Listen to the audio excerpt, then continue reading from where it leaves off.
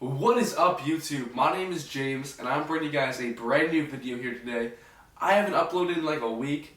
I've just been so busy with just every single thing going on in my life. I've just been also a little bit unmotivated. I've been just lazy, and I'm really trying to make a change. School is over. It's done. I finished my first year of college, and I have the whole summer at my fingertips, ready to just work and have fun. So I'm starting the summer off with a video on what settings you should have on your camera to take the best possible photos. I'm going to be showing you on my mirrorless. Some of you may have DSLRs, you may have mirrorless cameras, you may have point and shoot cameras. Whatever you have, you most likely have most of, if not all of these settings that I'm showing you. So you can go in your camera and you can set them how you like. I'm not going to be going super in depth with every single setting in the camera, but I'm going to be showing you settings that I usually use and I modify. I'm super excited for the summer right now. I'm going to be pumping out videos, photography related, vlogs, maybe some short films hopefully. I've been saying I've wanted to do short films forever. And I still haven't done any yet. So hopefully I will actually get my ass up and actually do so maybe. That'd be really great. But anyway guys, let's get straight into the video. Alright, so here obviously I have an A7R. These settings are going to be on an A7R, but most cameras have all of these settings. So you can just go on your camera and find them for yourself. So firstly I want to talk about just your basic three settings: your shutter speed, your aperture, and your ISO. Now on my camera, my shutter speed is right here, this one right here, this wheel. My aperture is right here, and my ISO is this wheel right here. To be able to operate all of these settings, you want to go to your top dial over here and go to the M, switch to the M. That's manual mode, and you'll have full control over all of these settings. Next, we're going to go to our menu, and we're just going to start plowing through all of these settings. I'm a loser. Yep, still a loser. Next is the aspect ratio. The aspect ratio is somewhat important. You want 3:2. That is the aspect ratio that you want to shoot with. Next is the quality. You always want to shoot in RAW no matter what. Always shoot in RAW. Always.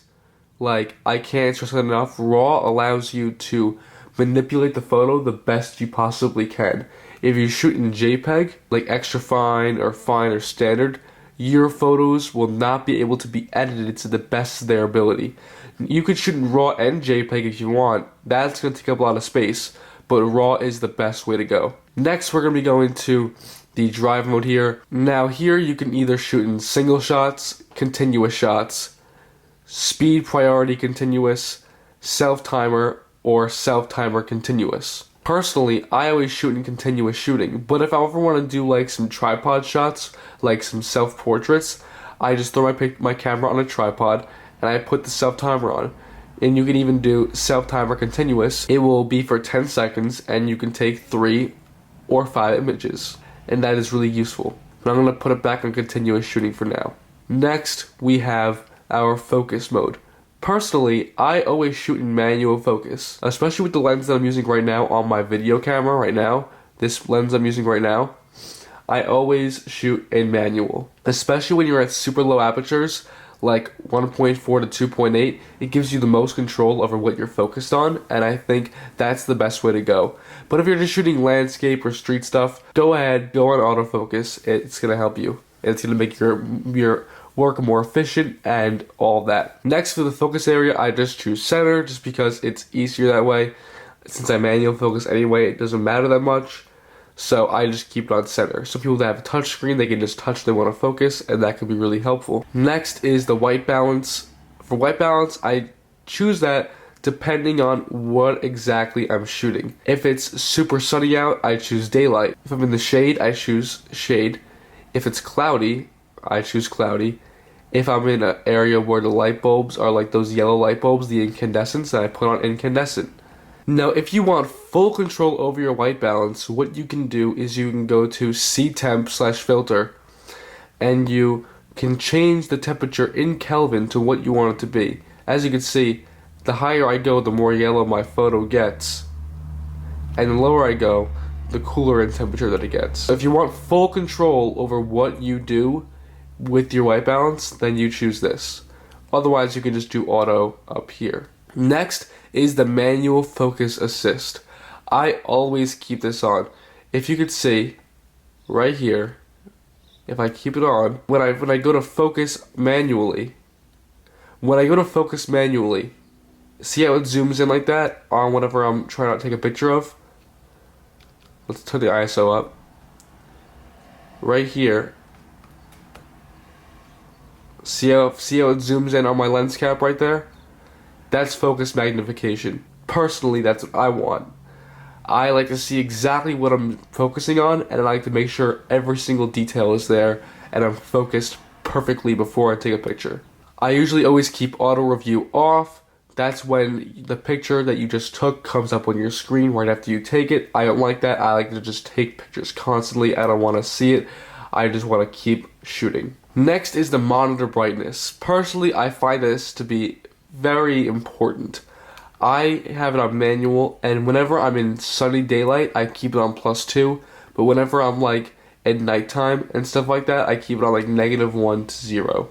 And that will really help you be able to really judge how bright the picture is going to be through your actual screen, because if you're on +2 and it's super dark out, it's going to look brighter than it actually is, and that's not good. You don't want that. I always keep my display quality on high just because you want to see what it looks like the best. You want to see exactly what it looks like when you're shooting.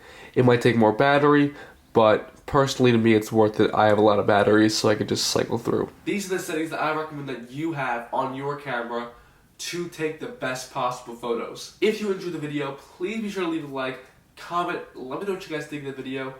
If you have any more settings that you recommend that I check out on my camera, be sure to drop a comment, let me know what they are. If this video helped you in any way, and you take some dope-ass photos and post them on Instagram, be sure to tag me in the photo. My @ on Instagram is @JamesGiametta. The link to my Instagram is in the description below, so be sure to follow me if you haven't already. Be sure to subscribe to my channel for photography videos, vlogs, multiple times a week, hopefully Monday, Wednesday, and Friday, if not more. And lastly, guys, my name is James. I'll see you guys in the next video. Peace. This is the sound of just getting on the linoleum floor. This is the sound of quarantine wings in a hospital. It's not so pleasant and it's not so There it is. So, Logic followed me on Instagram apparently. That's kind of interesting.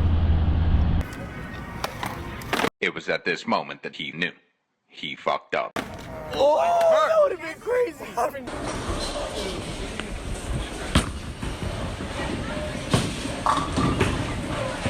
I'm just in LA, you know, casual. No big deal. No big deal.